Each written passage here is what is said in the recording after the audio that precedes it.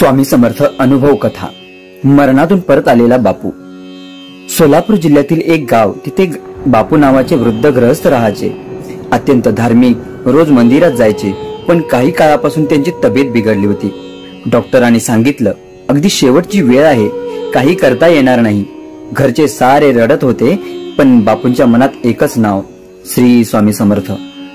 शेवटच्या क्षणी त्यांनी हात जोडले आणि हळूच म्हणाले, स्वामी, आता तुमच्यावर सोपवतो सर्व काही। आणि बापू बेशुद्ध झाले। डॉक्टरांनी मृत घोषित केलं। तेवढ्यात घरात एक विलक्षण सुगंध पसरला, शांत झुळूक आली आणि बापूंच्या शरीराची हालचाल झाली। डोळे उघडले, सर्वजण आश्चर्यचकित। बापू म्हणाले, स्वामी आले होते। त्यांनी डोक्यावरून हात फिरवला आणि म्हणाले, तुझं काम अजून संपलेलं नाही, उठ। त्या दिवसानंतर बापू पूर्णपणे बरे झाले। ते म्हणायचे, माझा दुसरा जन्म फक्त स्वामींमुळे झाला आहे।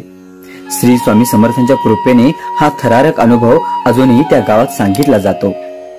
श्री स्वामी समर्थ।